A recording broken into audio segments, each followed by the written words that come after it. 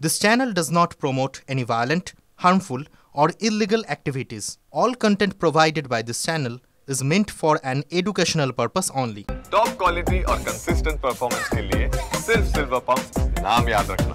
অধীর চৌধুরীর যে গ্রহণযোগ্যতা আগে মানুষের কাছে ছিল 2024-এ লোকসভা ভোটে ইউসুফ পাঠানের মতন একটা নন পলিটিক্যাল ব্যক্তির কাছে পরাজয়ের পর সেটা আরও বেশি তলান্বিতে ঠেকেছে। কাজেই অধীরবাবু সেখানে অ্যাসেম্বলি ভোটে কোনো ফ্যাক্টর হবে না। মুর্শিদাবাদের অশান্তি কি ভোটে বা প্রভাব পড়বে? এই যে মুর্শিদাবাদের ধুলিয়ান, সুতি, শামশেরগঞ্জ। দেখুন, মুর্শিদাবাদের একটা প্রান্তে ঘটনাটা ঘটেছে, যেটা শামশেরগঞ্জ, ধুলিয়ান বা জাফরাবাদ। ওটা পুরো শামশেরগঞ্জ অ্যাসেম্বলির মধ্যে পড়ে, যার এমএলএ হচ্ছে আমিরুল ইসলাম। ওইখানেই আরও 3 জন এমএলএর বসবাস। জাকির হোসেনেরও সেই এলাকায় বাড়ি, ওই মনিরুল ফারাক্কার এমএলএরও ওই এলাকায় বাড়ি, আর সাগরদিঘির বাইরন বিশ্বাসেরও ওই এলাকায় বাড়ি, আবার খলিলুর রহমান এমপি ওরও ওই এলাকায় বাড়ি। যে ঘটনাটা ঘটেছে এই ঘটনাটা মোটেই ঘটা উচিত ছিল না।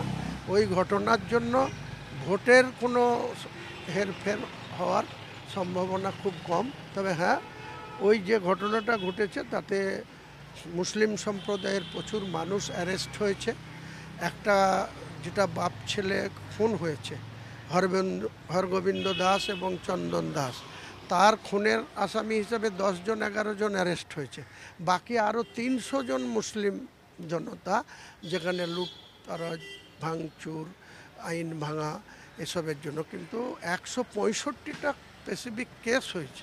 এটা খুব দুর্ভাগ্যজনক, কারণ একটা ঘটনায় রাইড যখন হয় তখন সেই রাইড থামাবার জন্য পুলিশকে কড়া পদক্ষেপ নিতে হয়, বোথ সাইডের অ্যারেস্ট করতে হয়, সেটাকে মানে ল অ্যান্ড অর্ডার প্রবলেমটাকে থামানোর জন্য বা শান্তি ফিরিয়ে আনার জন্য। কিন্তু এখানে প্রশাসন 165টা স্পেসিফিক কেস করেছে এবং তাতে 300-র উপর অ্যারেস্ট হয়েছে। এখনও কয়েক হাজার মানুষকে আসামি হিসাবে এলাকায় তারা থাকতে পারছে না। এটার কিছুটা ইম্প্যাক্ট ভোটের বাক্সে ঘটবে বলে আমি মনে করি। শুধু ওই শামশেরগঞ্জ এলাকা, ধুলিয়ান এলাকা, ফারাক্কা এলাকা প্রার্থীদের বদল করলে সেই পরিস্থিতি কি বদল হবে? অনেকটাই সামাল দেওয়া যাবে, কারণ তাদের উপরে প্রচণ্ড মানুষের ক্ষোভ হয়েছে। এটা বাস্তব যে ফারাক্কা, শামশেরগঞ্জ, তারপরে ওখানে সুতির সিটটা সেফ আছে, বাকি রঘুনাথগঞ্জ সেফ আছে, জঙ্গিপুর অনেকটা সেফ আছে, কিন্তু ওই 2-3টে সিট ওখানে, হ্যাঁ, ফারাক্কা পাশে যে একটা সিট আছে সাগরদিঘি, এসব ব্যাপারে এখনই পুরোপুরি বলাটা ঠিক হবে না, কিন্তু যত দিন যাবে কিছুটা হলেও মানুষের মনের মধ্যে যে দাগ কাটে, বা বললাম না একটা ঘটনা ঘটেছে সেটা মোটেই ঘটা ঠিক হয়নি। তাহলে একজন বাপ ছেলেকে যখন বাড়ি থেকে বের করে নৃশংসভাবে হত্যা করা হয়েছে, তার জন্য 11 জন মার্ডার কেসের আসামি হিসাবে তাদের আগামী দিনে যাবজ্জীবন হবে, নাহলে ফাঁসি হবে, ঠিক আছে।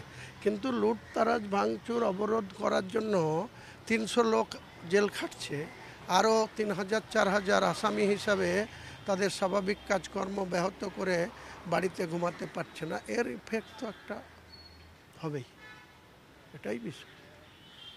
হুমায়ুন কবির বিভিন্ন সময় তিনি মুখ খুললেই বিতর্ক তৈরি হয়েছে, সেই কারণে দলনেত্রী তাকে পরামর্শ দিয়েছেন আর মুখ খোলা নয়, কিন্তু তারই মধ্যে নীরবে নিজের কাজটাও তিনি করে চলেছেন। এমনকি রাজ্যের সংখ্যালঘু মুসলিমদের ওপর একটা সার্ভে করছেন যে এই মুহূর্তে সেই মুসলিম মানুষরা তারা কি ভাবছেন, তারা কি তৃণমূলের দিকে ঝুঁকবেন আরও বেশি করে, নাকি কংগ্রেস সেই ভোট বাক্সে কোথাও প্রভাব বিস্তার করতে পারবেন, নাকি আইএসএফ সিপিএম কোনো ফ্যাক্টর হবে। এই সমস্ত বিষয় নিয়ে তিনি কিন্তু সার্ভে শুরু করে দিয়েছেন তার নিজের মতো করে, যার রিপোর্ট সেপ্টেম্বর-অক্টোবর নাগাদ হাতে আসবে।